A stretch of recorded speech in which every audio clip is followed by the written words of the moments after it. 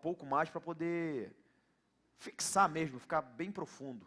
Eu também, é bom para mim também, irmão, eu escrevo, porque desse jeito, pormenorizado, eu também gravo e fixa também na minha mente, entendeu? É melhor do que fazer muito resumido. Deixa eu te falar sobre essa mensagem de hoje. Esse mês, a última mensagem sobre crescimento espiritual aconteceu de manhã. O Glaucio finalizou esse nosso estudo sobre crescimento espiritual. À noite a gente não está falando diretamente sobre isso, embora o que eu vou falar hoje tenha ligação com essa questão do crescimento espiritual. O tema da mensagem, daqui a pouco eles vão botar ali, é correspondendo ao chamado de Deus. À medida que a gente vai crescendo, à medida que a gente vai amadurecendo, a gente entende bem essa palavra, essa correspondência, é atender a Deus. Na verdade, quanto mais rápido, quanto mais a gente corresponde a um chamado de Deus, mais maduro a gente está. É demonstração de maturidade. Quanto mais a gente fica relutando, quanto mais a gente fica questionando, quanto mais a gente fica duvidando, quanto mais a gente fica negando, mais imaturidade é demonstrada. Quando Deus fala e a gente, eita, eis-me aqui, Senhor, fala que teu servo ouve, isso está demonstrando maturidade, que é corresponder ao chamado de Deus. Eu queria falar um pouquinho, isso aí, ó, correspondendo ao chamado de Deus. Eu queria que você lembrasse algumas coisas comigo, mas já vai abrindo aí, em Hebreus no capítulo 3, vamos ler o verso 7 ao verso 11, para falar dessa mensagem. Mas enquanto você está abrindo aí, deixa eu falando algumas coisas com você. Deus, ele sempre se relacionou. Você concorda comigo? Que Deus sempre se relacionou com a humanidade. Ele não fez o homem, largou aqui na terra, e cada um que siga o seu caminho, ele ficou lá no céu, e problema. E a humanidade foi se virando. Não. Deus, ele nos cria a sua imagem e semelhança e se relaciona conosco. A gente vê isso lá no Jardim do Éden, quando Deus bota lá o primeiro casal, Adão e Eva, e diariamente vai conversar com eles. Depois Deus envia profetas para poder falar em nome dele para o povo. Deus levanta sacerdotes para falar do povo para ele. Relacionamento. Jesus vem, o autor aos Hebreus fala que nos últimos dias, que antigamente Deus falou conosco por meio dos profetas, mas nos últimos dias ele tem nos falado por meio do Filho, a quem constituiu o herdeiro de todas as coisas, falando de Jesus. E ele deixa a palavra dele, que é a Bíblia, que é o nosso manual, que é onde revela as vontades de Deus para a nossa vida. Então o tempo inteiro ele deu dons de apóstolo, de mestre, de profeta, para o aperfeiçoamento da igreja. Ele deu os dons espirituais, aonde ele fala através de palavras de sabedoria, de conhecimento, de profecia. Ele fala de formas extraordinárias, como por sonhos, por visões. Então Deus está o tempo inteiro se relacionando conosco, comigo e contigo. Amém? Há dúvida quanto a isso? Não. Mas esse relacionamento de Deus conosco não é um relacionamento por acaso. É um relacionamento justamente no qual Ele espera que a gente possa corresponder a esse relacionamento. Que a gente possa atender ao seu chamado. Por isso que a gente vê textos bíblicos como esse que eu vou dizer agora, que a vontade de Deus é de que todos se salvem, que ninguém se perca. Essa é a vontade de Deus. Alguém duvida, assim, de que esse texto não é bem isso, ou que o contexto não é esse, ou o texto é isso mesmo, quem já leu esse texto? O que vocês acham? Que não é bem isso, ou que é exatamente isso que está escrito lá? Então, qual é a vontade de Deus? Que todos sejam... Aí vamos para a prática, para o real. Todos são salvos? Infelizmente não. Deus está feliz com isso? Não. Deus não está feliz com um monte de gente se perdendo. Por que Ele não está feliz? Voltando para a primeira pergunta. Porque a vontade dEle é de que todos se salvem. Então Ele não está feliz com isso. Agora, por que Ele não vem e não faz na marra? É a minha vontade, eu sou soberano, eu posso todas as coisas, eu sou Senhor, todo-poderoso, se a minha vontade é essa, eu vou satisfazê-la. Todo mundo vai ser salvo agora e ponto final.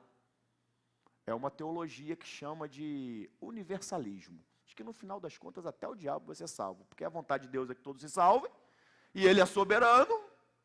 Se ele é soberano, então todo mundo vai ser salvo.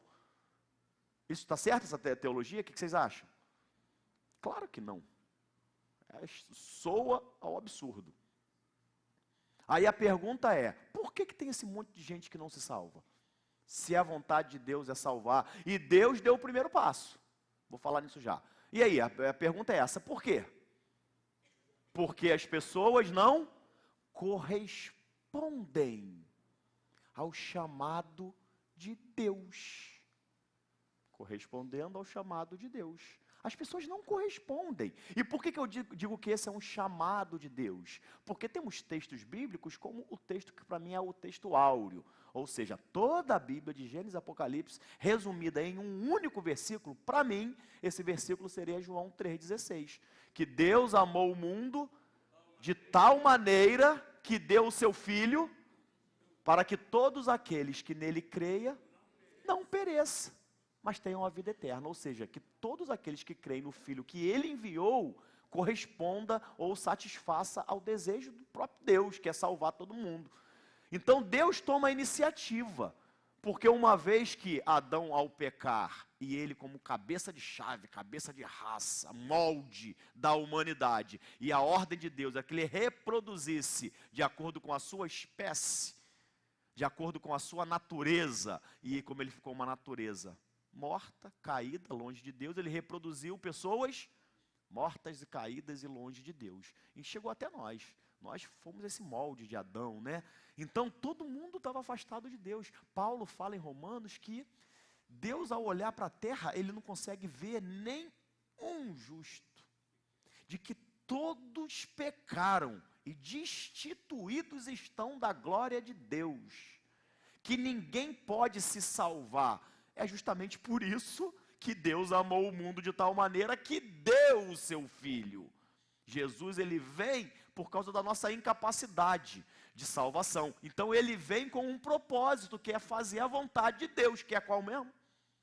Nos salvar. Aí ele vem com esse propósito de pagar o preço, uma vez que o salário do pecado é a morte. Ele vem com esse propósito de cumprir a palavra que diz que sem derramamento de sangue não poderia haver remissão de pecado. Ele vem, ele cumpre, ele paga o preço, ele disponibiliza o acesso ao Pai, ele disponibiliza a salvação para todo mundo.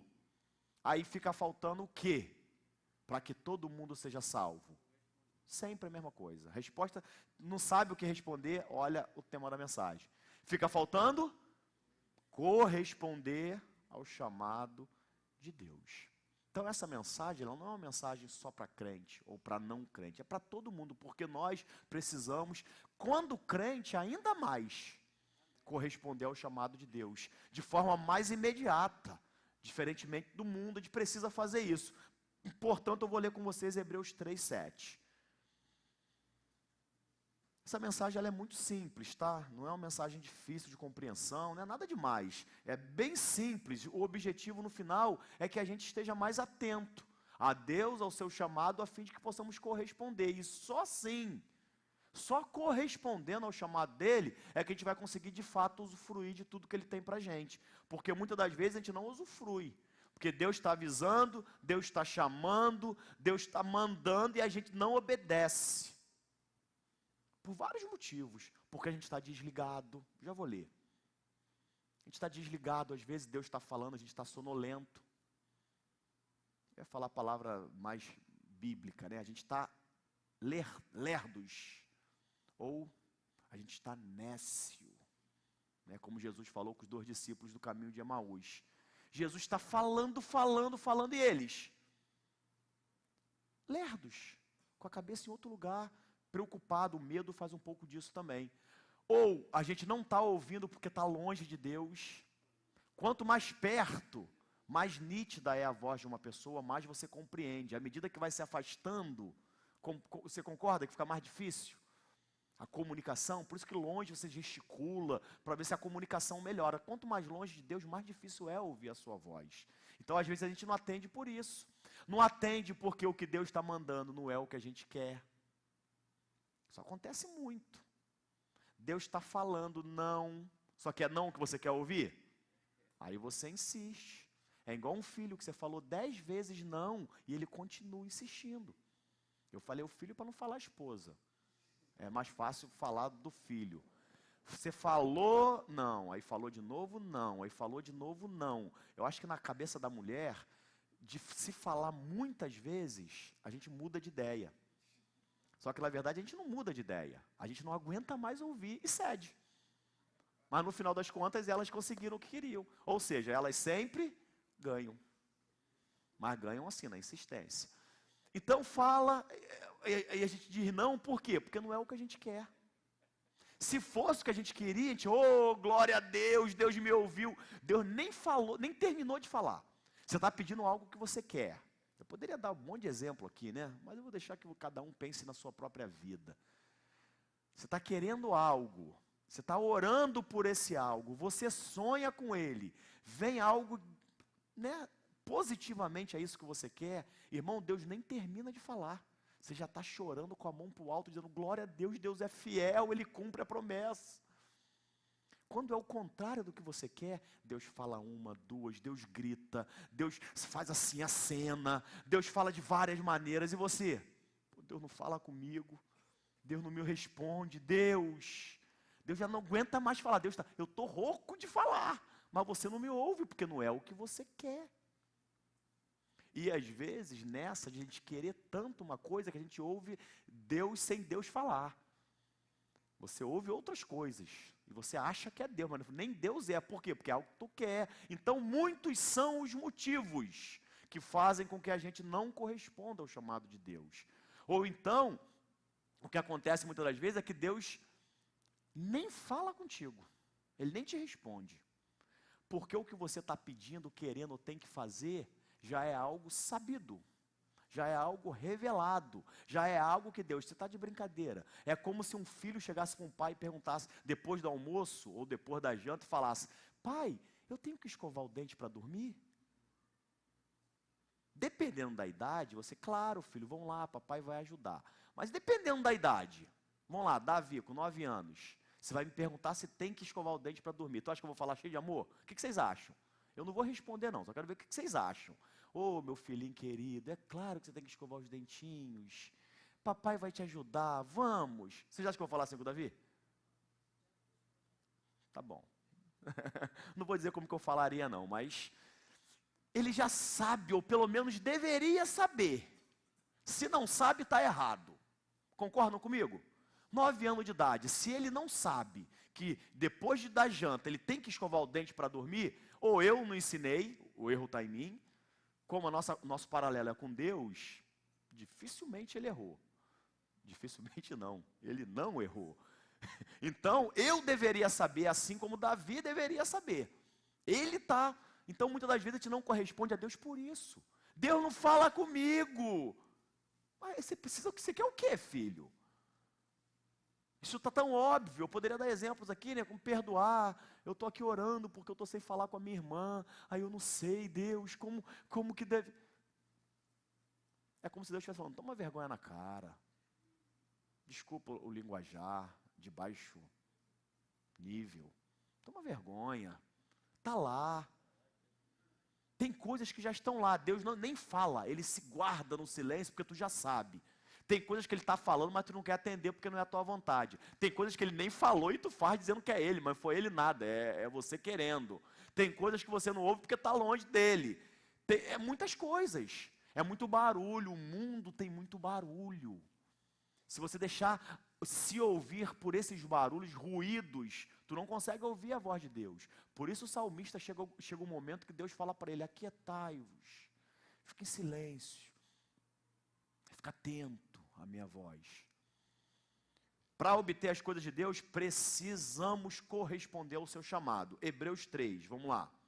Hebreus 3, a partir do verso 7, diz, por isso, como diz o Espírito Santo, hoje, se ouvires a sua voz, não endureçam o coração como foi na rebelião, no dia da tentação no deserto, onde os pais de vocês me tentaram, pondo-me à prova, e viram as minhas obras durante 40 anos. Por isso, me indignei com essa geração e disse, O coração deles sempre se afasta de mim, e eles não me conhecem, e eles não conhecem os meus caminhos. Assim jurei na minha ira, não entrarão no meu descanso. Senhor, em nome de Jesus, Pai, fala conosco nessa noite. Nossas mentes e coração estão abertos e atentos a tudo que o Senhor tem reservado, Pai, a fim de que possamos corresponder ao teu chamado nessa noite, em nome de Jesus. É um texto forte esse, né?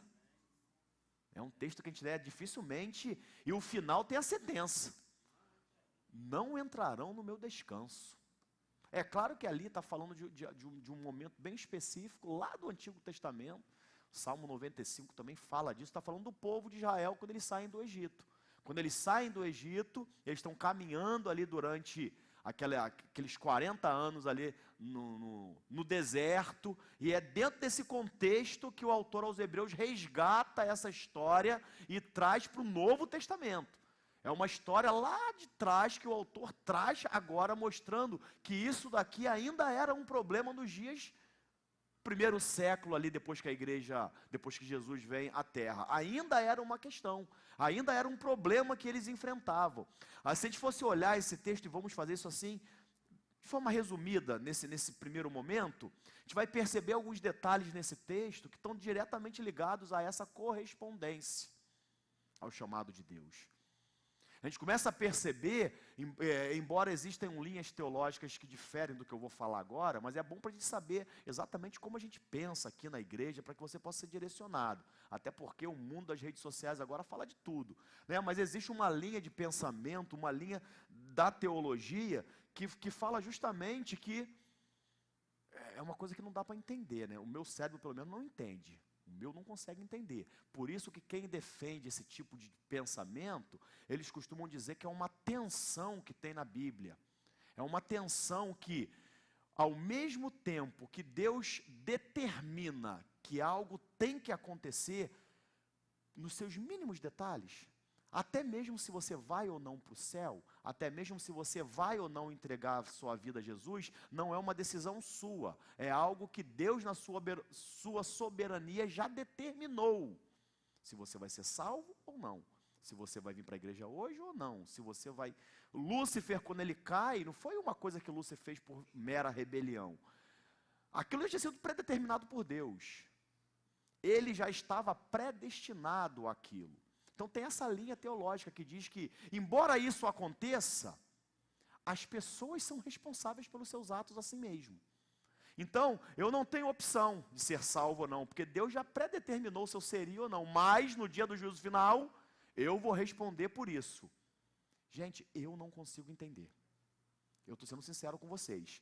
Por mais que talvez alguém esteja pensando, mas pastor, o que você está falando aí não deve ser bem assim, não. É assim mesmo, e lógico, é. Aí qual é a explicação de quem pensa assim? Existe uma tensão na Bíblia, que ao mesmo tempo que Deus na sua soberania determinou quem vai para o céu e vai para o inferno, Ele também responsabiliza, e ainda assim Ele é justo. Gente, o meu cérebro não consegue ver Deus sendo justo, eu tendo que responder pelos meus atos, ao mesmo tempo que eu fui predeterminado, não faz sentido. E não faz sentido para mim por textos como esse. Textos como esse que nós acabamos de ler. O texto começa dizendo: hoje, se ouvires a voz de Deus. Percebam que o texto começa com uma urgência. A nossa igreja, Nova Vida de Éden, nós, a linha que a gente pensa não é essa. Para a gente, o homem tem o livre arbítrio. Ele é que decide.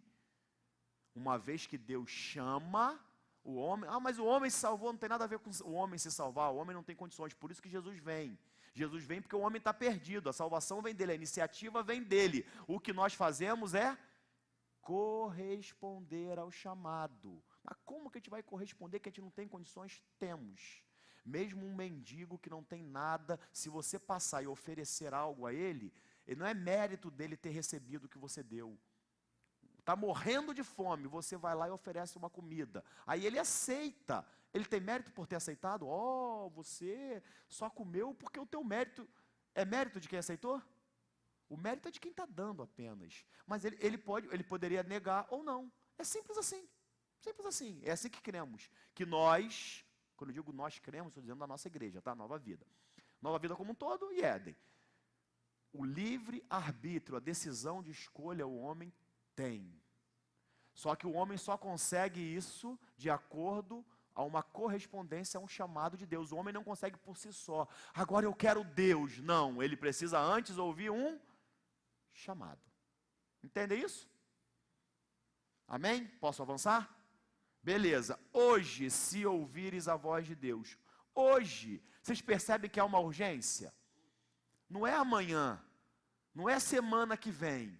O chamado de Deus, ele precisa ser correspondido urgentemente. Eu não tenho que esperar para depois. Eu não posso esperar para perdoar a semana que vem. Eu não posso deixar para amar, para cuidar. Eu não posso deixar para ouvir alguém. Eu não posso deixar para ser hoje. Se você ouvir Deus te chamando para alguma coisa, fala: Senhor, estou aqui. O que o Senhor quer que eu faça? O que o Senhor quer de mim? Entende, irmão? Que não dá para eu esperar quando o contexto, quando Deus está falando algo comigo, eu não posso deixar para depois. Eu não posso deixar para ter uma intimidade com Deus depois. Eu não posso deixar para buscar Deus depois. Porque tudo que dá trabalho, a gente não quer fazer na hora, quer fazer amanhã. Né? Então você olha assim, aí, para buscar a comunhão com Deus em oração, para buscar conhecimento de Deus através da leitura bíblica, para perdoar alguém, para ser generoso com alguém, a gente demora, a gente vai enrolando, deixa para depois, aí passou o dia, aí eu não consegui, porque buscar dá trabalho. Agora, para falar mal dos outros, não é rápido. Para começar, você não consegue, enquanto está com tempo livre, conectar sua mente com Deus, em oração e tal. Mas para pensar mal, para ficar com raiva, tu não fica alimentando a mente? Alguém te fez alguma coisa, tu fica alimentando? Depois tu fala: Senhor, me perdoa. Mas até você falar: Senhor, me perdoa, tu se deu ali alguns bons minutos ali de matar aquela pessoa na tua mente. Ou eu estou falando absurdo? Quando é um prazer carnal, que você, meu Deus, tem misericórdia, mas o meu Deus tem misericórdia depois de uns 5 minutos pensando. Estou falando besteira, não? Por quê? Porque a gente, quando é uma coisa voltada para o pecado, isso tem a ver com a nossa natureza mesmo. Voltada para o pecado, a gente é lento, a gente quer, lento assim, a gente fica ali mais, né? A gente demora, a gente fica mais tempo com raiva do que tudo. Mas na hora do perdão, na hora do amor, na hora do cuidado, na hora do engolir o sapo, na hora, a gente é... Aqui o chamado de Deus é: se hoje você ouvir a minha voz, não endureça o coração. Urgência, não endureça o coração como foi na rebelião. O coração endurecido tem muito a ver com isso mesmo. O coração endurecido tem a ver com ser lento, por não confiar. Isso é endurecer o coração. Você sabe qual foi a crítica de Deus com o povo? Era a falta de confiança. Eles criticaram a Deus, por exemplo, porque não tinha água. Tudo o que acontecia era um motivo para criticar Deus. Tenta entender o contexto, porque o texto fala lá de Israel. Quando eles chegam num lugar e começam a ficar com sede, o que eles fazem? Me trouxe aqui para morrer nesse deserto. Aí Deus vai dar água. Aí estão comendo maná. Depois de um tempo, esse maná está enjoado de comer isso, não tem nenhuma carne. Aí Deus manda cordonizes. Tudo era motivo de reclamar. Ah, eu estou enjoado disso, não tem um tempero, não tem uma cebola, não tem um alho. Lá no Egito tinha um monte. Ah, Moisés sumiu, esse homem abandonou a gente, vamos fazer outro Deus. Tudo era motivo. Eles não confiavam em Deus. Tudo era motivo. Isso significava ter o coração duro. Ter um coração duro, irmão, é olhar tudo com a ótica errada. É olhar tudo na ótica pessimista. É olhar tudo, é olhar o que não tem, em vez de olhar o que tem. Eu gosto de dar o exemplo de Jesus na multiplicação dos pães. Já falei isso inúmeras vezes. Está lá todo mundo, uma multidão de gente, todo mundo com fome. Estava ficando tarde, o povoado mais próximo era muito distante. Os discípulos, até com a boa intenção: Senhor, despeça eles, está ficando tarde. Não vai ter como alimentar esse povo todo. O que os discípulos olhavam? Eles olhavam uma multidão e não tinha comida. Mas na verdade eles tinham comida. O que eles tinham? 5 pães e 2 peixinhos. Aí quando eles vão se encontrar com Jesus e fala: mestre, não temos nada, senão 5 pães e 2 peixinhos. Essa era a ótica dos discípulos. Qual era a ótica de Jesus? Caramba, nós temos 5 pães e 2 peixinhos? Então, alimente-os com isso. A ótica do povo é: não temos nada. A ótica de Jesus: o que temos é o suficiente para alimentar todo mundo. Percebam a ótica. Então, quando falam aqui, endurecer o coração, é que eles sempre tinham a ótica pessimista. Eles sempre olhavam aquela situação com ar de reclamação. Estava sempre tudo ruim. É isso que deixava Jesus Jesus também, chateado. Esse pensamento pessimista dele. Jesus, que veio demonstrar a vontade de Deus, mostrou como deve ser o nosso pensamento. Dê graça, e a Bíblia diz que Jesus pegou, deu graça e falou: distribua. E o milagre veio. O milagre veio na confiança que Jesus tinha no Deus que ele servia.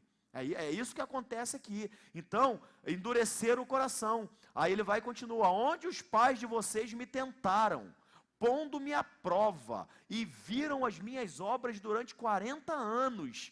Ó Deus dizendo para eles: vocês viram o que fiz. Vocês viram como eu libertei vocês. Vocês viram as pragas que eu lancei sobre o Egito.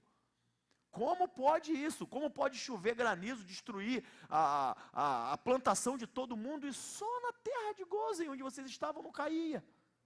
Como pode? Como pode vir gafanhoto e comer tudo? E na terra de Gósen não vem um gafanhoto. Como pode? Como pode o povo ficar infestado por piolhos e nem um filhinho de vocês, nem uma criancinha coçava a cabeça porque não tinha piolho nela? Como pode? É Deus mostrando o milagre dele naquele povo. E liberta eles, e o mar se abre. O povo passa seco, o pessoal do Egito é morto ali dentro. E uma coluna de fogo toda noite para lembrar que Deus estava guiando eles. Durante o dia, todo mundo no sol? Não, todo mundo na sombra, porque vinha uma nuvem que protegia. É Deus falando aqui, é o autor aos Hebreus lembrando dessa história, onde o pai de vocês me tentaram, pondo-me à prova, mesmo vendo durante 40 anos tudo que eu fiz. Como vocês ainda desconfiam? Como vocês ainda duvidam? Como vocês ainda reclamam diante de tudo que vocês viram eu fazer? É isso que ele está dizendo. Como que vocês podem questionar? Aí ele vai lá no verso 10 ali, a primeira parte: por isso me indignei com essa geração. Irmãos, não sei você, mas tudo que eu não quero na minha vida é indignação de Deus. Imagina Deus olhar para a minha vida, olhar para o meu ministério, olhar para a minha paternidade, olhar para o meu relacionamento conjugal, olhar e falar: eu estou indignado com a forma com que você está trabalhando com seus filhos. Eu estou indignado da maneira que você está pastoreando. Eu estou indignado da maneira com que você lidera o seu lar. Eu estou indignado da forma com que você testemunha no teu trabalho. Irmãos, é tudo que eu não quero ouvir nessa vida. Aqui está dizendo que Deus ficou indignado com aquela geração, porque era uma geração que não confiava, que não cria, que murmurava, só vivia reclamando. Essa geração fez Deus ficar indignado, porque ela não correspondeu ao chamado de Deus. Deus falava e eles não ouviam. O comportamento deles era sempre de se afastar de Deus. Aí na segunda parte do versículo fala que o coração deles sempre se afasta de mim. Eles não conhecem os meus caminhos. Não conhecia Deus. O que Deus está dizendo é que durante 40 anos, andando com Deus, vendo milagres, durante 40 anos sendo liberto, eles não conheciam a Deus. Irmão, eu sou crente desde sempre, então eu ando com Deus há 42 anos, que eu tenho de idade, de vida. É mais ou menos o tempo que eles ficaram lá. Contando que os meus 2 primeiros anos eu não entendia muito bem, o mesmo tempo que eles ficaram lá no deserto é o tempo que eu fiquei. Imagina, depois desse tempo todo, eu ouvi de Deus, durante 40 anos, Douglas, e você não me conhece. Gente, Que palavra, eu não queria ouvir isso não. Meu Deus, foi isso que aquele povo ouviu. Aí ele no verso 11 vem Deus sacramenta aqui, né? Não entrarão no meu descanso. Eita. Aqui, irmão, é pré-figuração. O povo ali não entrou em Canaã. Vocês lembram que aquela geração inteira morreu? Eles avistaram, volta para o deserto, que ninguém vai entrar, senão Josué e Caleb. Toda aquela geração de 20 anos para cima, né? 20 anos para baixo cresceu e entrou. 20 anos para cima vão ficar perambulando no deserto até morrer. Não vão entrar no meu descanso. A gente fala muito das coisas boas, e tem muitas coisas boas para se falar. Mas quando a gente lê a Bíblia, o Novo Testamento, Apocalipse, isso acontece diversas vezes. Ficarão de fora. Aí vem escrevendo uma listinha. Ficarão de fora. Um vai vir para a minha direita, o outro vai para a minha esquerda. É muito sério, irmão. Não corresponder ao chamado de Deus é muito sério. Nós precisamos poder ouvir: vinde a mim, bendito de meu Pai, recebei por herança a terra que vos fora prometida. É isso que eu quero ouvir. Porque eu tive fome e me deste de comer, sede e me deste de beber. Eu fui estrangeiro e me recebeste. Eu estive doente e foste me visitar. Essa é a palavra de Jesus fala quando ele está se referindo a quem vai entrar no descanso dele. E aqui, lá no contexto, era entrar em Canaã. Aqui o autor aos Hebreus, entrar no descanso do Senhor, está falando do céu mesmo, da eternidade, de estar com Deus para sempre. E está dizendo: não vai entrar. Se a gente não corresponder, se a gente não ouvir o chamado de Deus, se a gente não atentar à urgência, à obediência exata. Você que está visitando a gente nessa noite, se é que tem alguém aqui que não entregou a vida a Jesus, ou que se afastou do caminho do Senhor, é urgente. A obediência é imediata. Você que entregou a tua vida a Jesus, mas por algum motivo está vivendo uma vida que está fora dos padrões que Deus espera, é urgente o conserto. Quem pecava não peca mais. Quem roubava não rouba mais. Quem fazia qualquer coisa que estava contrária à vontade de Deus, uma vez que se encontra com Ele, tem que parar. Isso se chama conversão. É urgente, é hoje. Conhecer o caminho de Deus, tudo isso que eu estou dizendo tem a ver com estou vendo a hora, tem a ver com uma sinergia. Vocês sabem o que significa essa palavra? Sinergia. É literalmente a soma. É quando eu somo. Quer ver? Deixa eu dar um exemplo. É como se fosse assim, ó. Fala, eu e o Cláudio. Imagina que eu e o Cláudio estamos trabalhando juntos. Se o Cláudio fosse trabalhar sozinho, vamos pegar uma coisa bem prática. Eu e o Cláudio agora, que é uma coisa que a gente pode fazer, Cláudio? Uma coisa boa que a gente pode fazer. Um produto.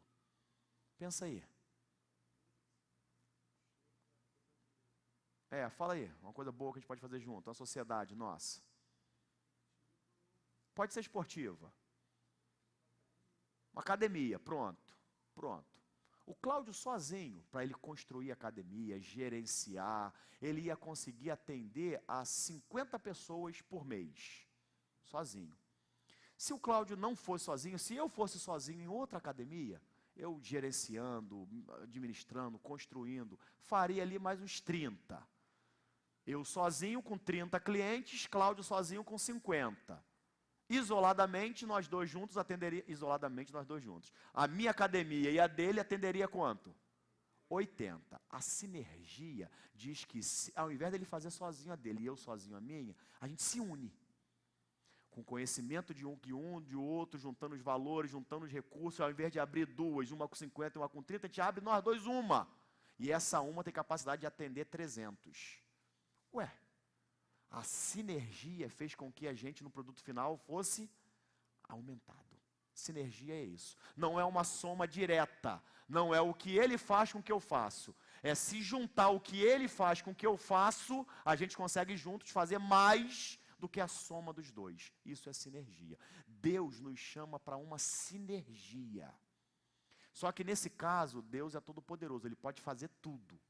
A gente é muito limitado. Se a gente tentar fazer sozinho, sem Deus, a gente consegue atender na nossa academia espiritual 50 pessoas. Quando Deus entra, isso é multiplicado. Deus nos chama para esse relacionamento sinérgico, Ele nos chama para essa cooperação, Ele nos chama para fazer as coisas junto dEle. Isso é corresponder ao chamado dEle. Quando a gente começa a falar, Senhor, o Senhor está me chamando, eis-me aqui, para onde o Senhor quer me levar? Quando a gente soma a nossa força, a nossa energia com Deus, irmão, o negócio multiplica. Quando a gente começa a olhar para a Bíblia, é muita gente que quando correspondeu ao chamado de Deus, obteve resposta. Deixa eu olhar, por exemplo, para Raabe. Lembra que todo mundo lembra quem é Raabe? Eu vou dar alguns exemplos aqui. Vou ser rápido, tá? Que na história pormenorizada não. Lembra de Raabe?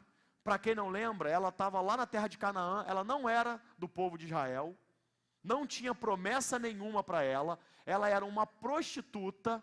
Só que ela tinha ouvido falar das coisas que Deus havia feito enquanto eles estavam passando lá.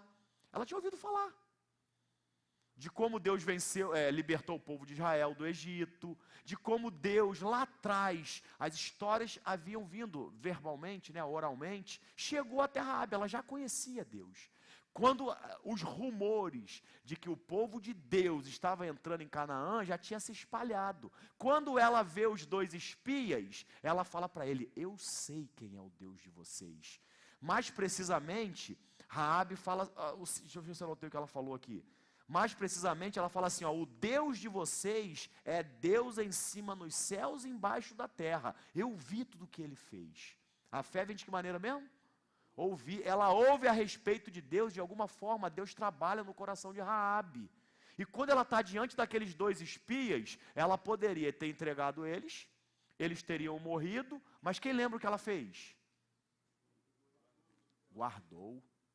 Diante daquilo ela recebe uma promessa, de que se ela, no dia em que houvesse a invasão, ela amarrasse uma fita escarlate, uma fita vermelha, na janela, quando o povo fosse destruir, que visse aquela fita vermelha, tinha que salvar todo mundo que está ali dentro. Como a Bíblia tem muitas figuras e tipologias, muitos dizem que aquele sangue nos umbrais das portas que livrou o povo de Israel do anjo da morte, prefigurava o sangue de Jesus. E aquela fita vermelha também, na janela de Raabe, também estava mostrando o sangue de Cristo ali. Tipificação, uma figura que trouxe salvação para ela. Mas antes da salvação chegar, ela teve que fazer o quê? Corresponder.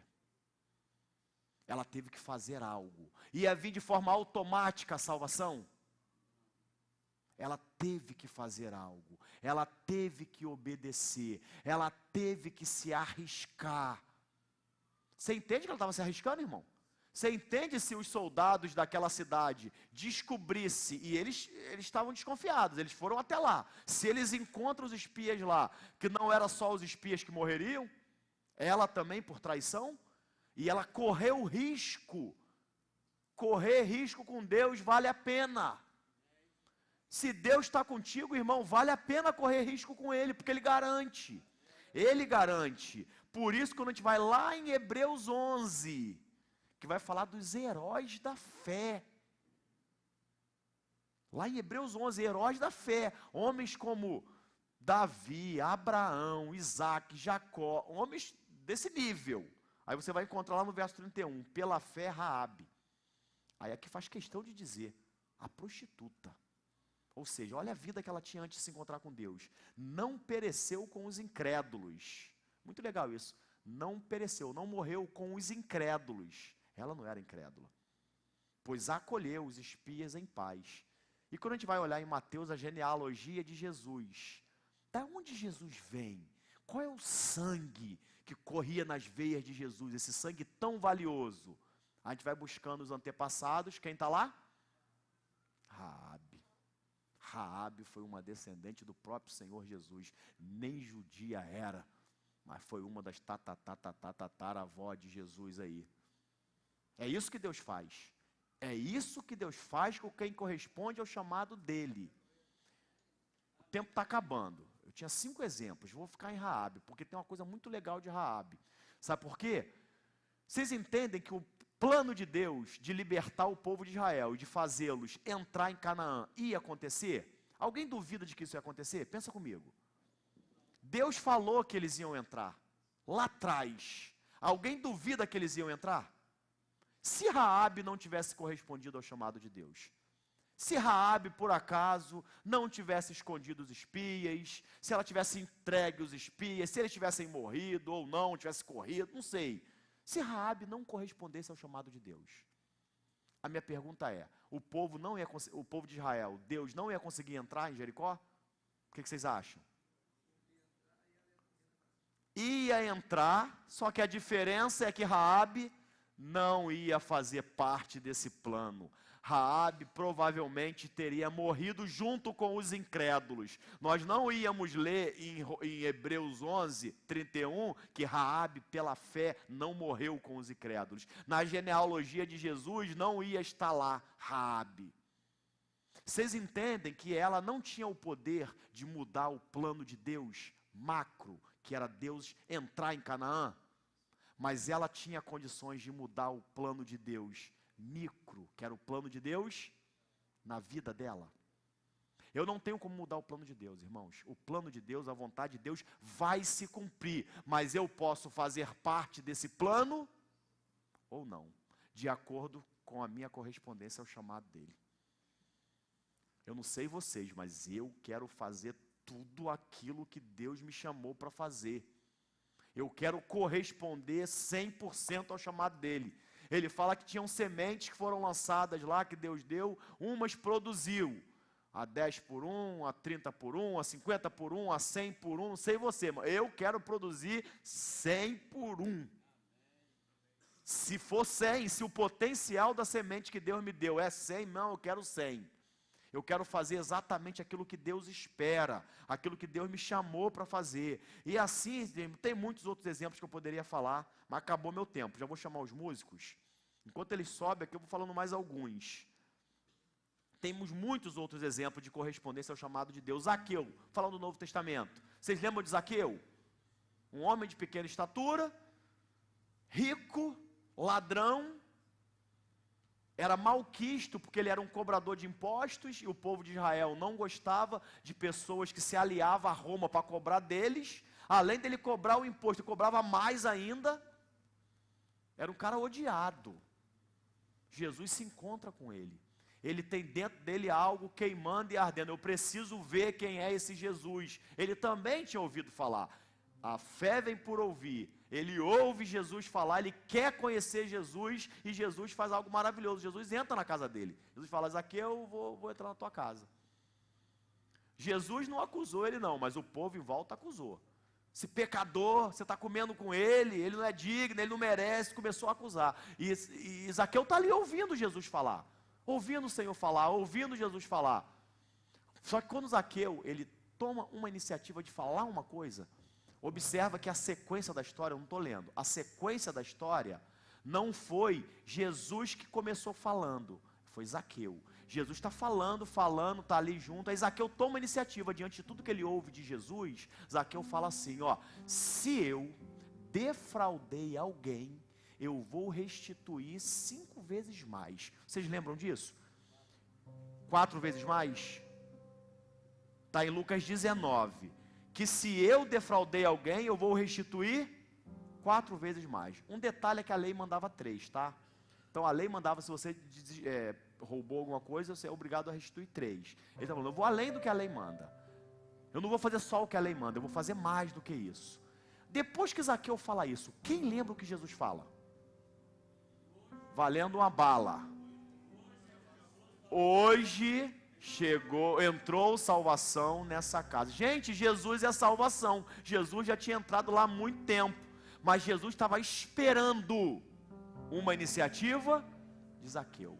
Jesus não falou de salvação em momento nenhum, até que Zaqueu reconhecesse que era ladrão, reconhecesse que tinha roubado, e não só reconhecesse, se arrependesse e restituísse. Aí Jesus fala, agora sim, hoje chegou a salvação nesse lugar. Agora você está pronto, agora você entendeu, Zaqueu. Eu vim jantar contigo, almoçar, não sei qual era a hora. Eu vim aqui para isso, eu estou falando contigo esse tempo inteiro, você entendeu.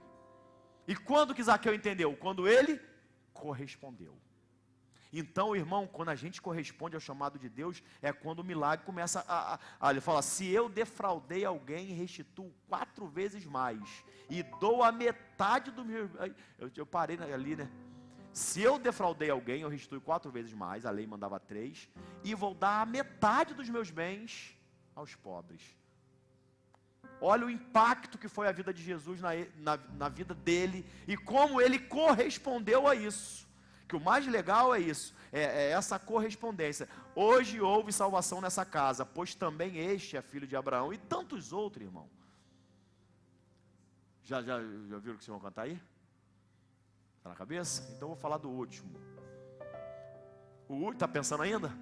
Então eu vou falar mais um. Se atrasar, a culpa é dele que não escolheu a música.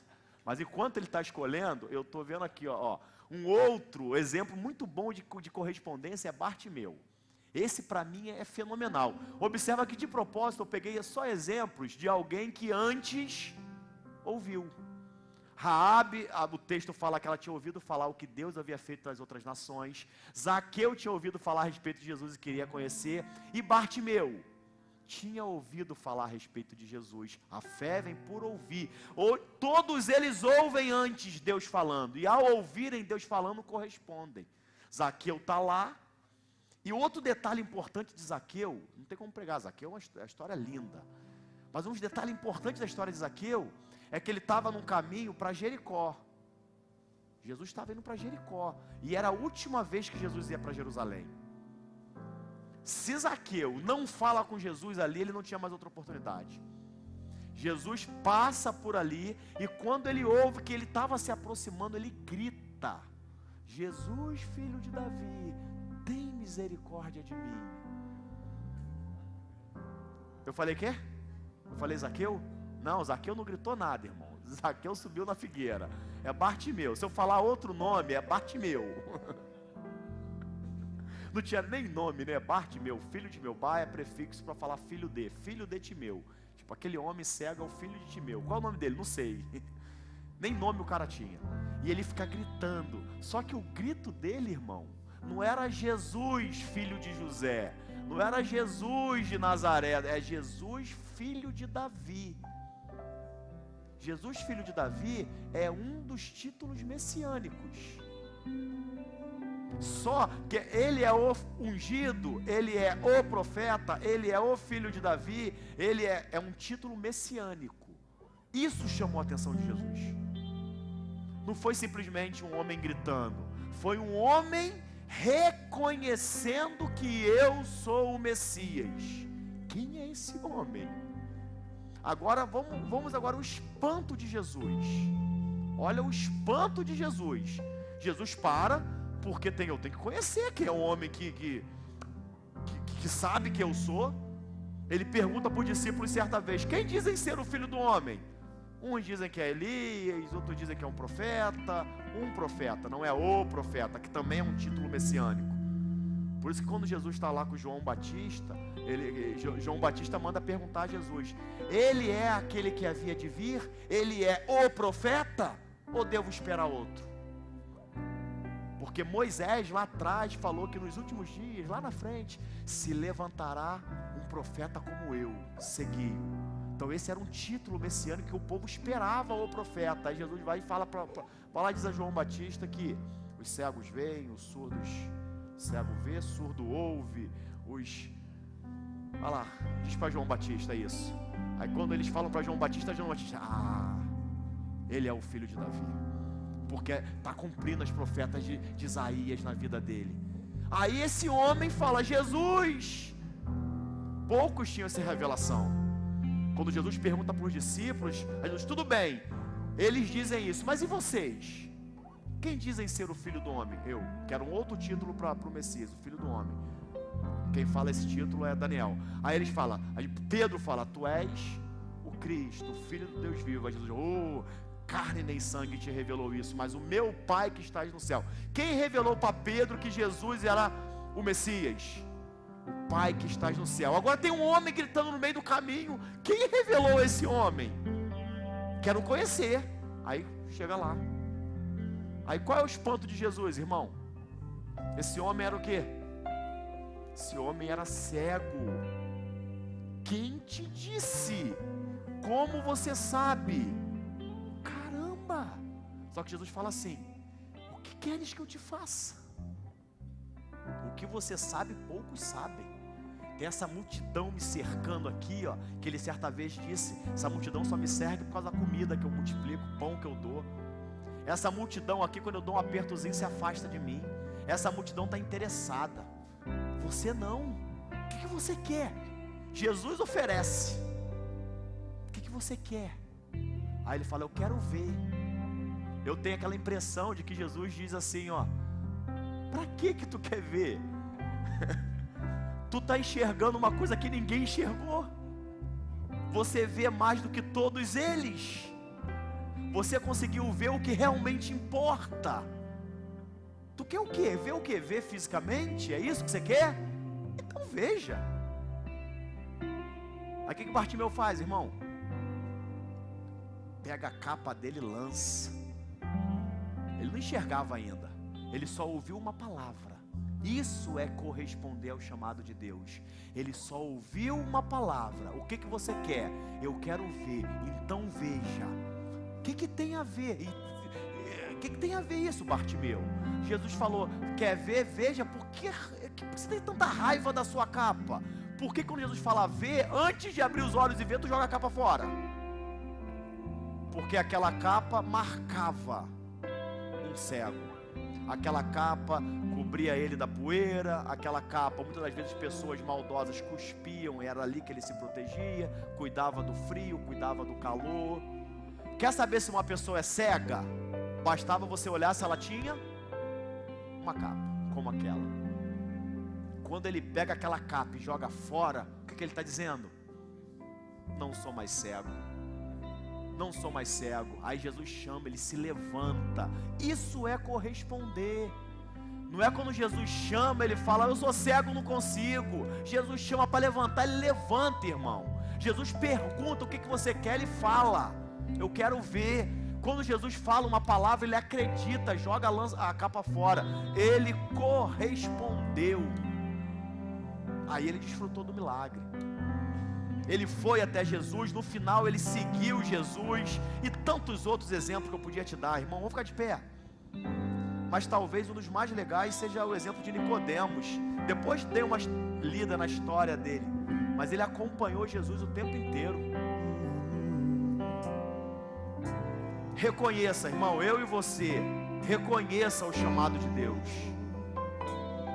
Reconhece que Deus tem me chamado para ser seu filho, para ser a sua imagem.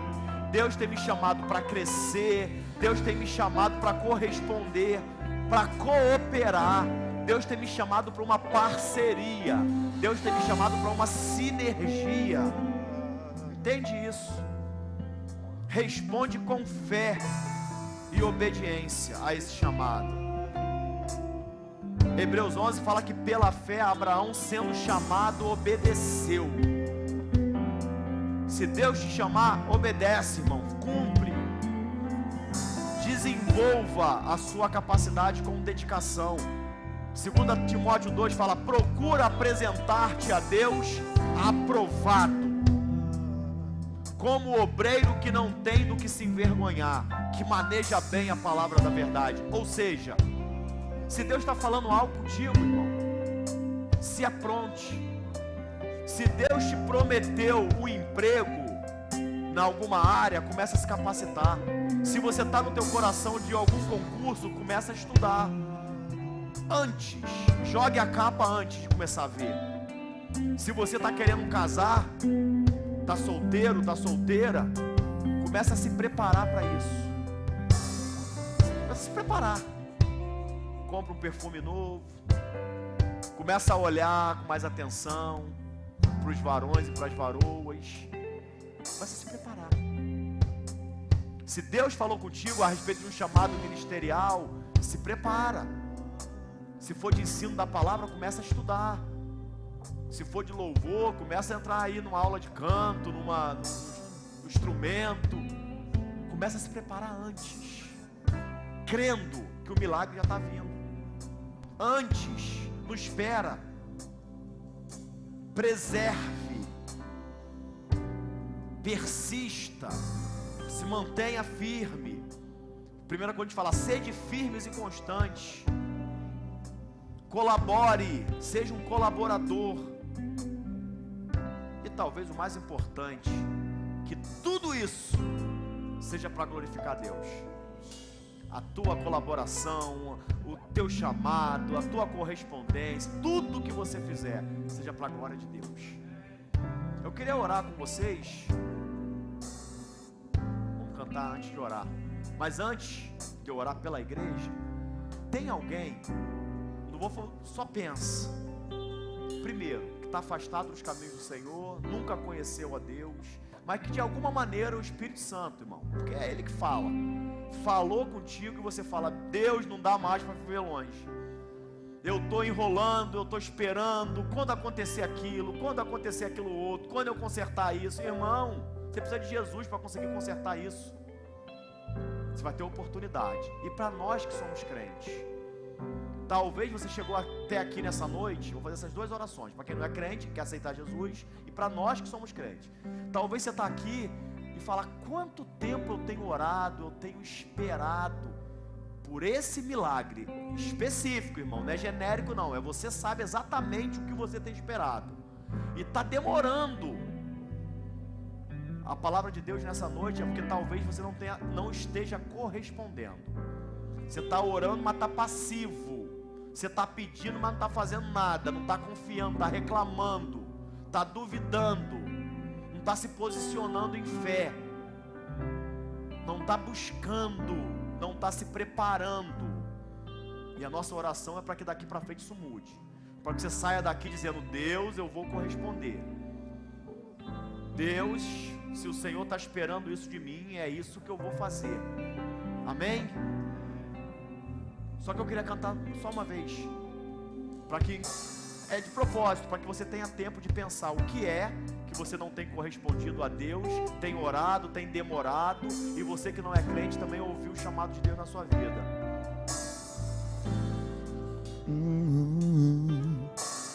Pai, estou aqui,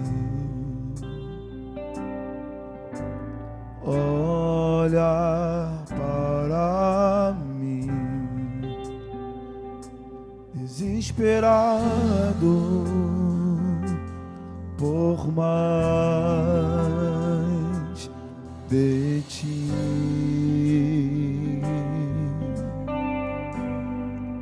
A tua presença é o meu sustento, a tua palavra, meu alimento. Preciso ouvir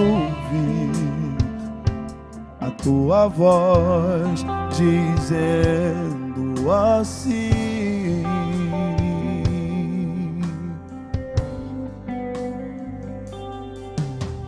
vem, filho amado, vem em meus braços, descansa.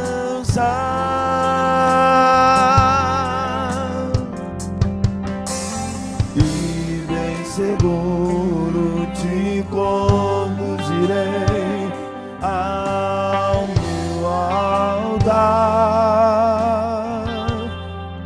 e ali falarei contigo, com meu amor te envolverei. Quero olhar em teus olhos, tuas feridas sararei.